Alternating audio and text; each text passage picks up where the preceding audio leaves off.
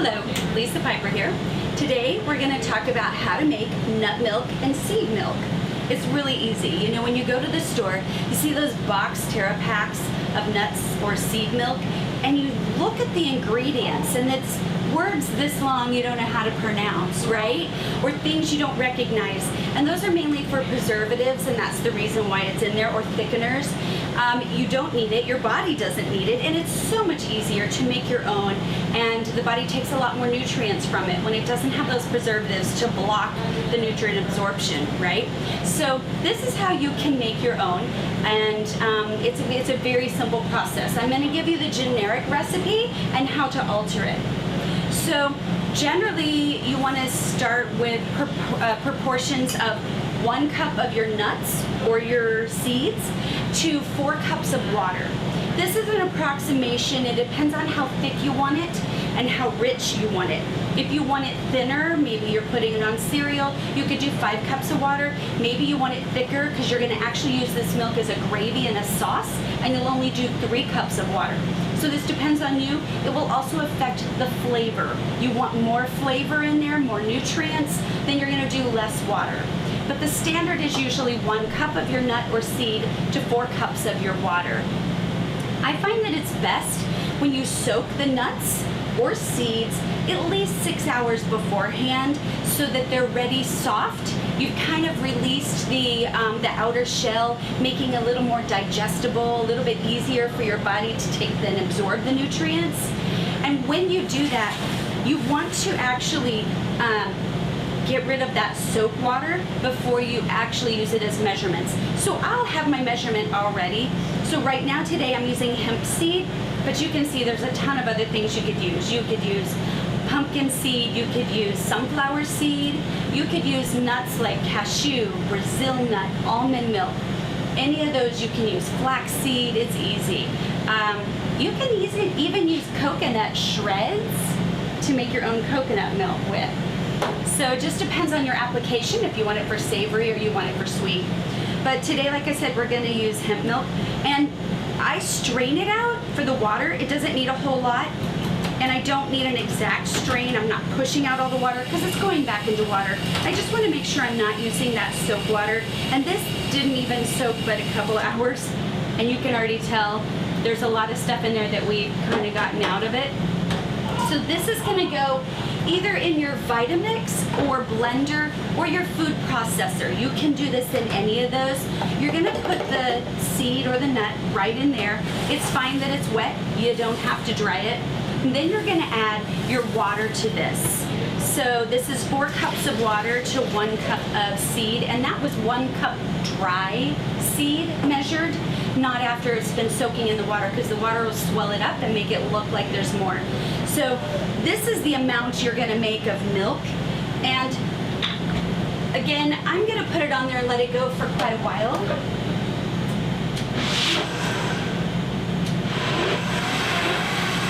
So I just let it go and go and go. And usually I'm going to let mine go for at least 5 minutes, maybe 10, because I really want to mix it well. I want to extract everything I can into the nut milk or the seed milk because I'm looking for all those nutrients that I can use.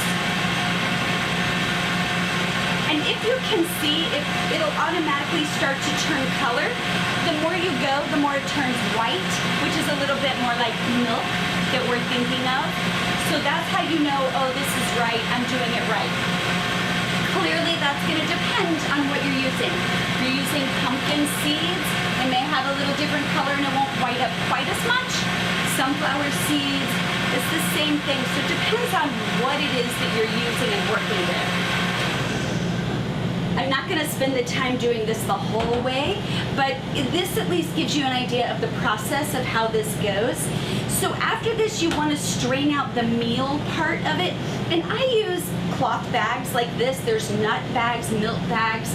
I prefer fabric, but people will use something that's more mesh, poly mesh. I just don't like plastic with my food, those who know me. So I will do it this way and pour the milk right in there. Again, I would let it go a little bit longer for myself personally, but everybody we're just doing this for a quick time, right? So the idea is to strain out all the seed and the pulp, what we call the pulp that gets left behind, will stay in the bag, while the liquid is going to go through here, and that is your milk, the stuff that you want to keep. So it is a messy process. Be prepared for that. Always have your clean washed hands when you're doing this, right? So we can keep bacteria out of there and nothing's going to grow, because again, we don't have preservatives in this, right? That's the whole point of this process. So you can see about how much it's going to make total. And a lot of people will do what they call double filter. Well, they'll do this process twice, so they make sure they get all the pulp out. I don't, because I'm perfectly fine with just a tiny bit of seed or pulp if it accidentally makes it into my milk most of the time, unless there's something really specific that I'm working on a recipe and I just can't have any at all in there, then I'm a little pickier. So everybody will ask me, well, is that all you put in it? Because in the nut milks, you know, in the store, you'll see things like vanilla in the almond milk or a sweetener. So my preference personally is I do not add sweeteners to my milk. I prefer them to be plain, because then I use it like a true milk, and if I have a recipe where I want to add some sweetener, I add it to my recipe. But if you already know that you want a sweet milk, it's very easy to add, and you're going to do it when you're blending it all at the same time. So if you want to add vanilla, it's usually 1 vanilla bean in the whole process that I just told you about with 4 cups of water. If you want to add sweetener, I would recommend looking at the sweeteners such as maple syrup or honey or dates. Dates are my preference for most of that. If I know I'm going to use dates in there to sweeten my milk, that's when I'm going to actually soak the date with the nut or the seed, because it softens it, and then you'll use it. So just make sure you're taking the pit out of there before you do that. And how many dates? If I use medjool dates, because they have the most nutrients and sweetener that I'm looking for, I usually only do 1, maybe 2. But again, this is your preference into what you're doing with it. So I just want to show you a little bit of what this looks like. So you can see it's made quite a bit of milk right behind. That's what we've left behind. And the pulp that's left behind this, you can do so many things with. Most people throw it out. I am not that person. I like to use everything in my kitchen, especially because my ingredients are expensive and organic, right? So we want to use this, or I do. So what can you do with the pulp? The pulp is what's left in here. So sometimes I will take it just like it is, and I'm gonna put it on a dehydrator tray and dehydrate it. If I wanna make it into a flour I can use in baking, I use it for, and I'll scrape this, usually not with my fingers, but you can see how much you can get out of this. Some nuts and seeds will give more than others. So like cashews won't give near as much as maybe almonds in the pulp, but it gives you an idea, at least just working with it, that you don't have to throw it away. So once this is done, your milk can be stored in the refrigerator and it'll stay up to 3 days, or you can freeze some of it and put it in the freezer. Some thaw a little better than others, just depends.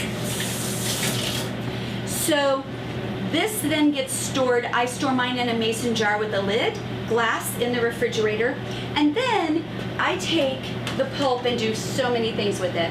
So what kind of things do I make?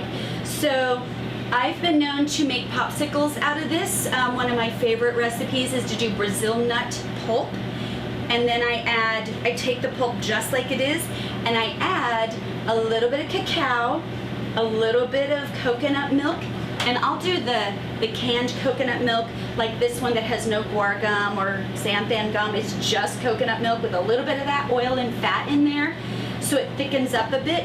And then of course I sweeten it with dates because that's my preference, but you could also sweeten it with maple syrup and literally put it in the Vitamix or the food processor, and then I'll put it in my little popsicle holders, freeze it, My kids grew up with these and they just thought they were normal fudgesicles. So they're really good and a better option than the stuff you can find in the store, right? Something else you can do with this pulp is you can also make date balls or date bars. I literally take the pulp like it is here. I prefer to put it in the dehydrator for at least a couple of hours so that it's not so wet. And then once it's dry, I will put that mixed with other nuts, seeds, dried fruit, cacao, dates, mix it in my food processor, and it makes like a ball, like a date bar, if you will. That's a great way to add some extra protein in there in your date bar and not waste all of this really good nutritious stuff. It's good fiber as well, so I don't want it to go to waste, right? One of the things I'll do when I make almond milk is I will take the pulp like this, spread it out a little bit thinner on my dehydrator tray, dehydrate it, and now you have almond meal or almond flour that you can bake with. And I've made some great brownies before this way. You can make crackers. And this is another reason why I prefer to keep my sweeteners and flavors out of my milk, because then I can add it to my recipe. If you've added a sweetener, just remember that's gonna really impart flavor into what you're doing with the pulp.